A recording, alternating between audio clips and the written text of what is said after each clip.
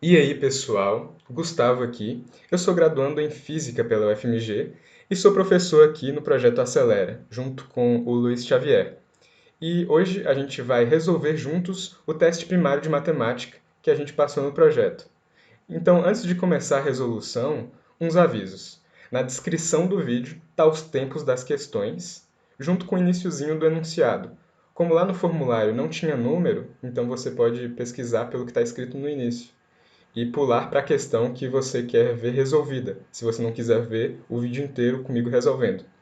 E também, tudo que eu escrever nesse vídeo, na tela aí, eu vou deixar em um PDF no Google Drive e vou mandar para vocês que estão inscritos no projeto. E também vou deixar aqui na descrição para quem quiser baixar daqui do vídeo mesmo. E no mais, se você gostar aqui das correções, comenta aí para eu saber que isso está ajudando alguém. E se estiver ajudando mesmo, eu continuo fazendo essas resoluções, porque dá bastante trabalho. Então, se estiver realmente ajudando, eu posso continuar. Então é isso. Fica aí com a correção, né? Valeu!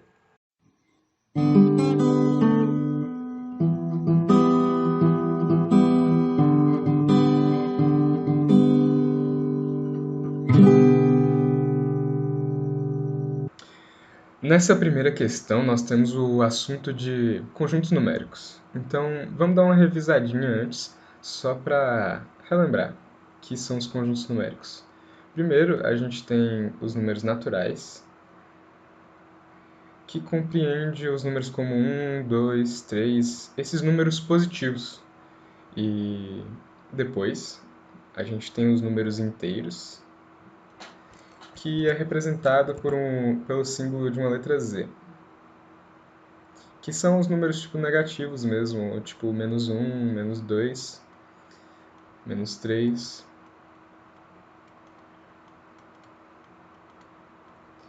E maior que esse conjunto ainda, nós temos os racionais, que são os números que vêm de razões ou divisões, que é praticamente a mesma coisa, tipo, porque razão, o número que ele vem de razão, ele é racional. Então seria como o número meio, ou 7/3, ou dízimas periódicas, tipo 0,2222 infinitamente, sabe? E os reais compreendem todos esses que a gente já falou. E mais alguns, que são os irracionais. Os irracionais, vou colocar aqui como letra I, são números que eles não podem ser representados por uma razão. Por isso que eles são os irracionais. Como, por exemplo, o famosíssimo número π, né? Não dá para fazer direito aqui o símbolo dele, que é 3,141516 e por aí vai. Tem o número de Euler também, que é representado pela letra E minúscula. Raiz de 2 também é um número irracional. E um conjunto maiorzão que compreende todos esses que a gente já falou é o conjunto dos números complexos, que é representado por um C cortadinho aqui. O conjunto dos números complexos, fora dos reais, existem os números imaginários, que não são números reais, né? Então eles são imaginários, que eles são representados normalmente com uma letra I do lado. O próprio número I, ele é um número imaginário, e o I ele é igual à raiz de -1. Esses números aqui, esse número 5i, normalmente representa a raiz de números negativos, mas a gente vai estar falando melhor sobre isso no futuro, então não precisa se preocupar agora, por enquanto foi só uma curiosidade, né? Então, já tendo posse desse conhecimento, dessa lembrança do que são esses números, esses conjuntos numéricos, que são os inteiros, os naturais, os racionais, os reais e os complexos, e como eles se relacionam, a gente agora consegue fazer a questão. Na primeira alternativa, está escrito que todo número inteiro é racional. Isso é verdade, porque os números inteiros, eles estão dentro dos racionais, está contido nos racionais. Então, todos esses números aqui, menos 1, menos 2, menos 3, menos 4, menos 5, e por aí vai, todos são racionais, todos podem ser representados por uma razão. Então, isso aqui é verdade. Todo número real é um número inteiro, a segunda parte da questão diz. Isso é verdade? Não. Porque tem números fora dos inteiros, como por exemplo raiz de 2, que não é inteiro e é real. O próprio número meio, ele não é inteiro e ele é real. Então, essa parte da alternativa é falsa. Então, a gente já exclui. Na segunda alternativa, diz que a intersecção dos conjuntos dos números racionais com o conjunto dos números irracionais tem um elemento. Isso é falso, porque são duas coisas completamente contrárias e não tem como ter nenhuma intersecção de nada. É igual dizer que uma coisa seca está um pouquinho molhada. Não tem como, são coisas completamente contrárias. Na terceira alternativa diz: o número 1,83333 infinitamente, esses 3 pontinhos quer dizer, diz que é um número racional. Isso é verdade. As dízimas periódicas, igual nós já tínhamos citado, são números racionais. Então, essa é a alternativa correta da questão 1. Na última alternativa, diz que a divisão de dois números inteiros é sempre um número inteiro. Como, por exemplo, 4 sobre 2 são dois números inteiros que estão sendo divididos. Ou menos 4 sobre 2. Aí vai dar um número inteiro, né? Menos 2. Isso aqui é verdade, só que, por exemplo, se a gente divide 1 e 2, não vai dar um número inteiro, vai dar meio, né? Então, isso aqui, existem maneiras de dividir dois números inteiros e não dar um número inteiro, então é falso também. E aí, agora nós vamos para a questão 2. Na questão 2, aqui, está dizendo que numa prova de matemática de 2 questões, 35 alunos acertaram somente uma questão, 31 acertaram a primeira, 8 acertaram as duas e 40 erraram a segunda questão. Então, qual o número total de alunos que fez a prova, certo?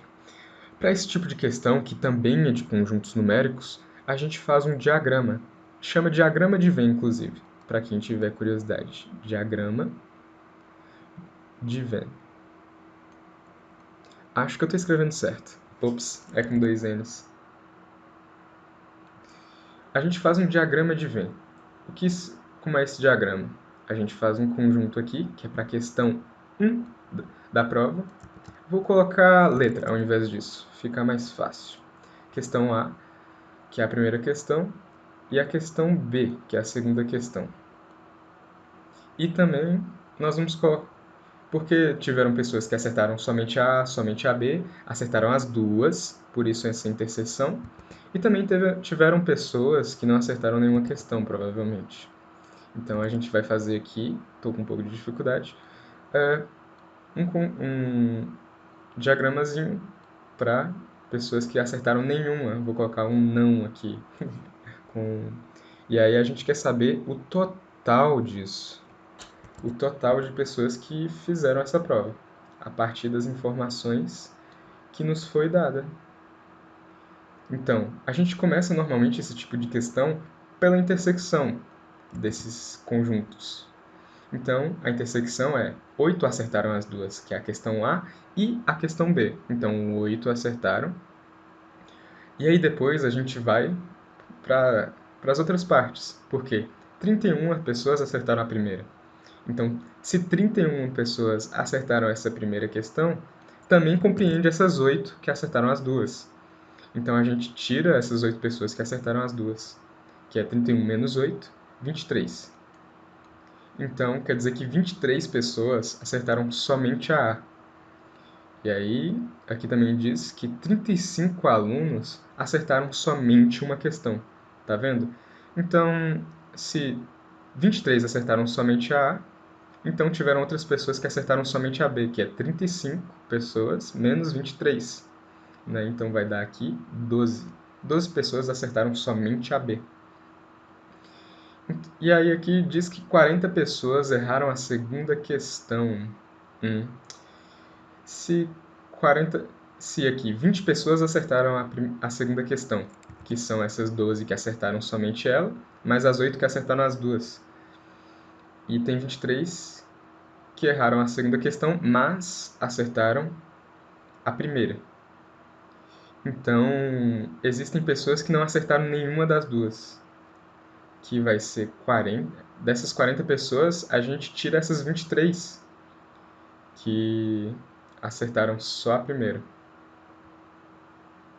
Porque elas erraram a segunda também, então a gente tira. Aí aqui, quem não acertou nenhuma foram 17 pessoas. E aí, nós queremos saber o total disso aqui. Então agora é só a gente somar as partes que a gente descobriu aqui. 8 mais 12, nós temos 20 aqui.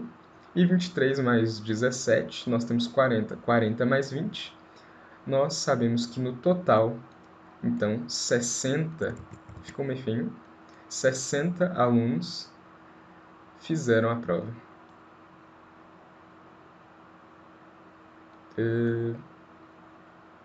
Fizeram a prova. Então, 60 é a resposta. Agora a gente vai para a questão 3, que é outra questão de conjuntos. E também tem intervalo aqui, uma questão mais complicadinha. Aqui diz que esse intervalo A, ele pertence aos números reais, ao intervalo real, né, do que a gente tinha dito lá na questão 1. Ele pertence aos reais. Então quer dizer que compreende todos os números, razões e tal. Por exemplo, é de menos 2 a 3 aqui. Então compreende o 1, o meio, o 0,333, o raiz de 2, todos esses números. Porque se x pertencesse aos inteiros, como aqui no intervalo b, então só ia estar dizendo respeito aos números menos 1, 0, 1, 2 e 3, entendeu?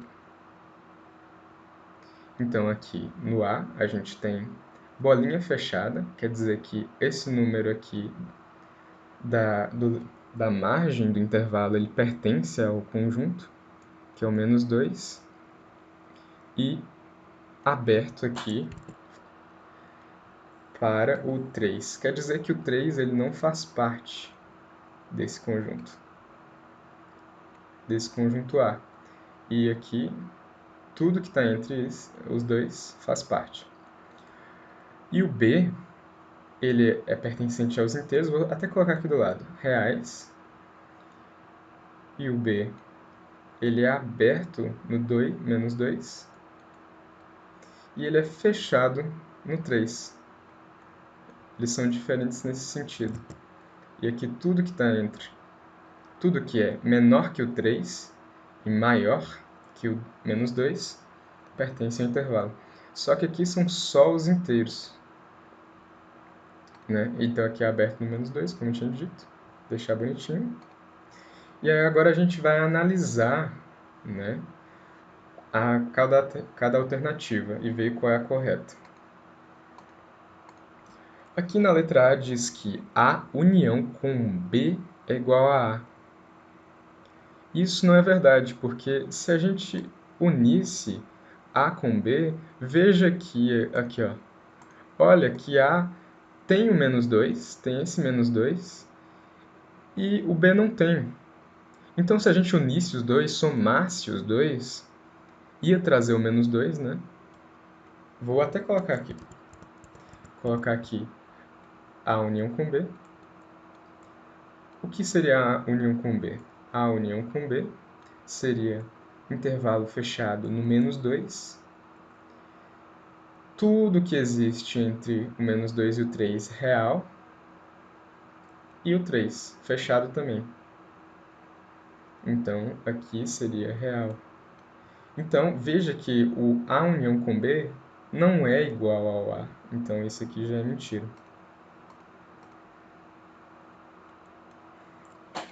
No segundo, diz que A união com B está contido nos inteiros. A união com B, ele não está contido nos inteiros, porque vejam que ele tem várias coisas, ele tem vários elementos que são dos números reais, tipo 0,2 está aqui dentro. Raiz de 2, que é irracional, está aqui dentro. Então, não está dentro dos inteiros, está dentro dos reais. Isso seria verdade. Então, esse é mentira. A intersecção com B. O que é A intersecção com B? A intersecção com B é o que A e B têm de comum, certo?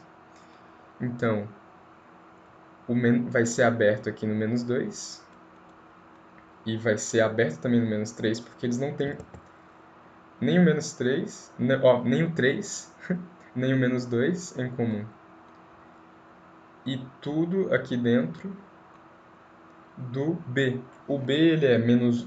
Aqui dentro ele tem o menos 1, o 0, o 1 e o 2. É só isso que tem aqui no B. Então, aqui vai ser inteiros. Porque a única coisa que o B tem são os inteiros. Então, é só isso que o A vai trazer em comum.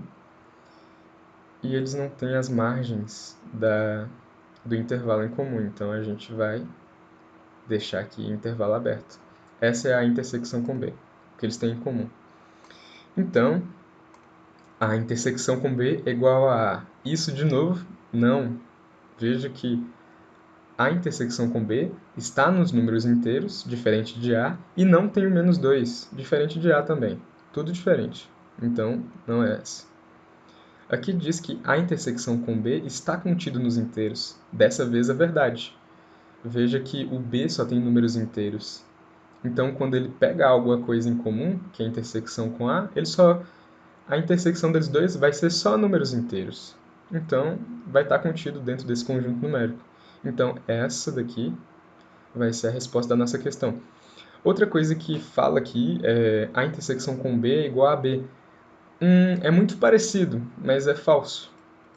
A intersecção com B não vai ser igual a B, porque o B ele tem o 3. Tem esse 3 aqui na margem do intervalo. E o A intersecção com B não tem. Porque o conjunto A não tem 3, então na intersecção não vai trazer isso aí, não vai ter em comum. Então agora a gente vai para a questão 4, né, já que a gente já fez essa aqui. Na questão 4,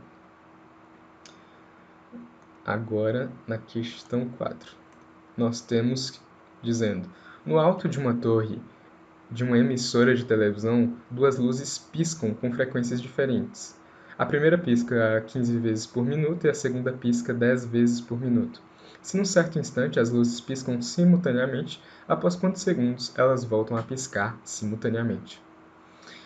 Aqui pergunta após quantos segundos. Então, a gente vai ter que mudar um pouquinho aqui o que está escrito na questão, né? Porque fala 15 vezes por minuto. Então, a cada quantos segundos que a gente tem que saber? 15 a cada 15 vezes por minuto. Então, 15 vezes em 60 segundos.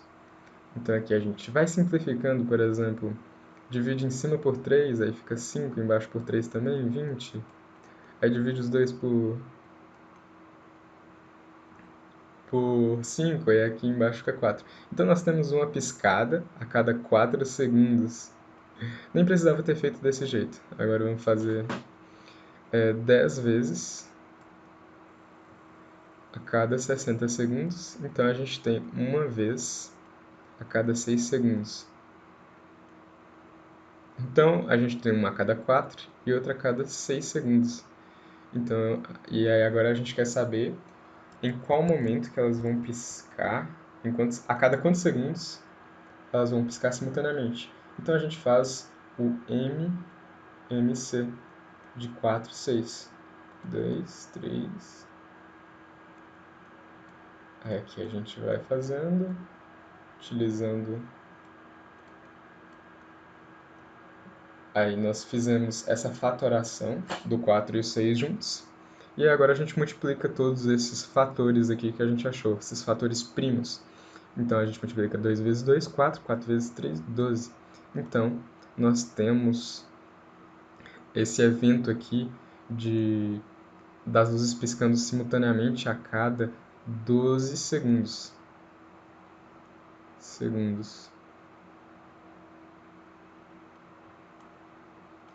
O que corresponderia a mais ou menos também, tipo, 5 vezes por minuto, né? Que eles piscam juntos.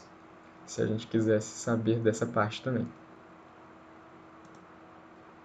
Nessa questão 5, que é MDC, né, um pouquinho diferente da questão anterior, a 4, a gente tem aqui que o professor de História precisa dividir uma turma de alunos em grupos, de modo que cada grupo tem a mesma quantidade de alunos. Nessa turma temos 24 alunas e 16 alunos. Quantos componentes terá cada grupo? Então, se a gente vai pegar tanto das alunas quanto dos alunos, né, dos grupos, a gente... Opa, mudar a cor aqui. Nós vamos ter 24 alunas e 16 alunos. E nós queremos dividir igualmente e fazer o máximo de grupos possíveis. Então, a gente vai usar MDC.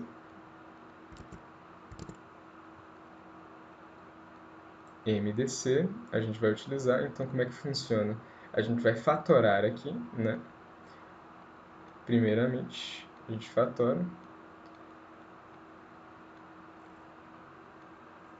E pega esses números, né? Aqui a gente vai acabar só por motivos educacionais.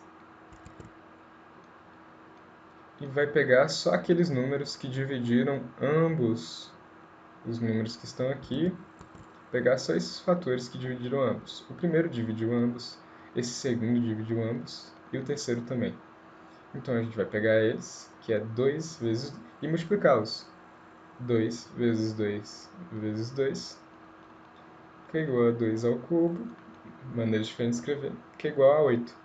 Então, a gente vai pegar 8 alunos, que é o máximo divisor, que é o máximo aqui, que vai fazer mais grupos, né? Pegar 8 alunos, menos grupos, quer dizer, desculpa. Vai pegar menos grupos aqui, pegar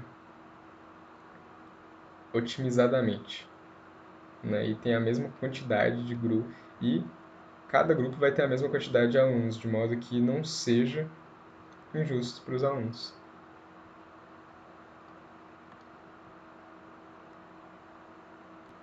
Então, 6, nós temos uma sala de aula com 30 alunos, dos quais 40% são meninas.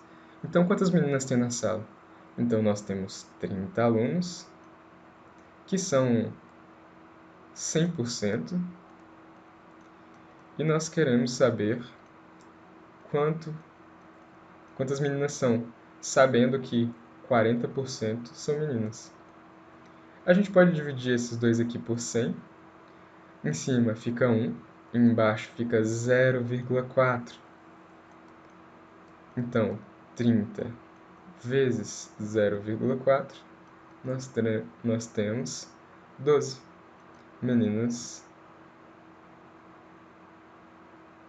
na sala. Na questão 7, outra questão de porcentagem, como a 6, diz: em uma indústria, o setor de qualidade constatou que um lote de 4.500 peças, 78 apresentavam algum defeito. Para um lote ser aprovado, é preciso que o número de peças com defeito seja inferior a 3%. Nesse caso, o lote foi aprovado ou reprovado. Então, a gente tem que descobrir qual a porcentagem. 40.500 peças são 100%. Vou colocar P aqui e 100%. Nós queremos descobrir a porcentagem de 180 peças. 180 peças é igual a X%. Então, a gente consegue tirar esses zeros aqui. Vou tirar aqui assim, mais fácil. E depois, X é igual a 180, que a gente vai multiplicar aqui cruzado. 45x e 180 vezes 1. O 45x a gente vai passar esse 45 dividindo o 180. Então, nós vamos ter... Ficou meio estranho aqui.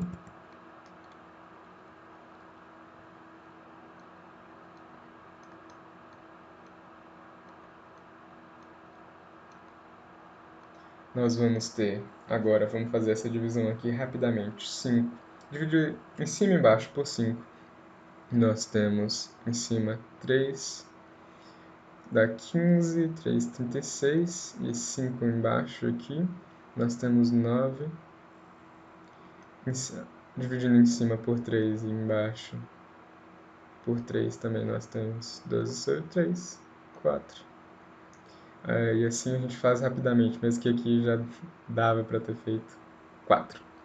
Então, nós sabemos agora que 180 é 4% da nossa produção, do nosso lote. Então, aqui fala, e aí nesse caso, o lote foi aprovado ou reprovado. A pergunta é, o limite máximo é 3%. Então, quer dizer que foi reprovado. Então, nenhuma dessas duas primeiras é verdadeira. Aqui diz que foi aprovado com 3%. A gente já viu, calculou, que é 4%, então não. E a última diz realmente que é 4%.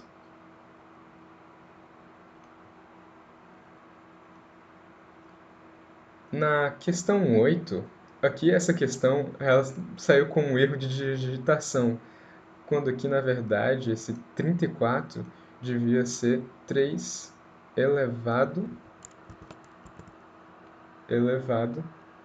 a 4.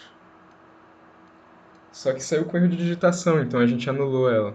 Só que, se fosse para fazer realmente, se tivesse ido de forma correta, seria desse jeito.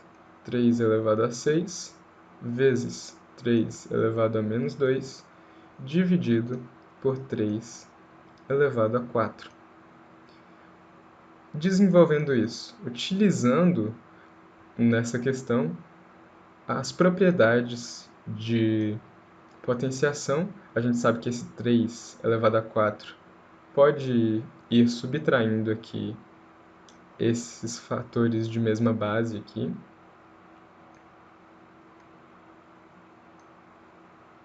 E aí a gente subtrai o menos 4, que vai lá para cima, né, negativo, com o menos 2, então nós temos um menos 6. E aí depois a multiplicação aqui com esses dois números com a mesma base, a gente pode somar seus expoentes. E 6 mais menos 6, né? Vou colocar aqui, 6 mais menos 6 é igual a 0. Então, é 3 elevado a 0. E qualquer número elevado a 0 é 1, menos 1. Qualquer número real elevado a 0, exceto 0, é igual a 1. Então, a resposta correta seria 1.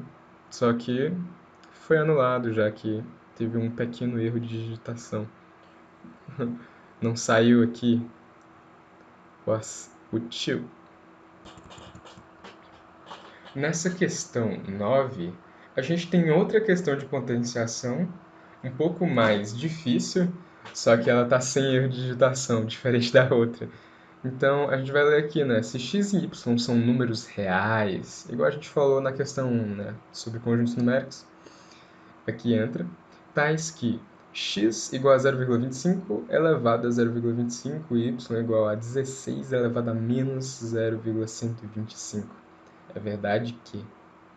Então, a gente vai primeiro desenvolver, simplificar esses números aqui. O y primeiro, vamos fazer ele primeiro. 16 elevado a menos 0,125. Tá, a gente pode fazer de outra maneira o que está escrito aqui. 2 elevado a 4, né? Porque 2 vezes 2 é 4, 4 vezes 2, 8, e 8 vezes 2, 16. Então, o 16 é nada mais, nada menos que o 2 multiplicando a si mesmo 4 vezes. Então, é 2 elevado a 4. E o número menos 0,125, se a gente for colocar ele em fração, para dar uma simplificada aqui e poder utilizar as propriedades de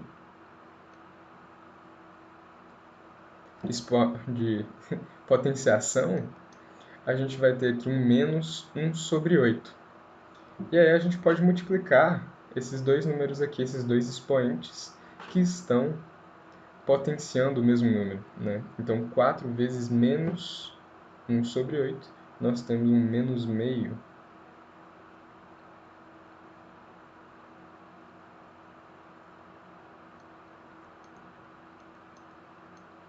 E esse menos meio, ele é igual a 1 sobre 2 elevado a meio, que é igual a 1 sobre raiz de 2. Isso que quer dizer esse número. E o x, ele é parecido. A gente já vai mudando aqui. Igual 0,25 é 1/4, né? Então, 1/4 elevado a 1/4 é igual a nada mais, nada menos que 1. O 4, igual a gente falou, o 16 é o 2 elevado a 4. Então, o 4 é o 2 elevado a 2. É o 2 duas vezes, multiplicando assim mesmo duas vezes.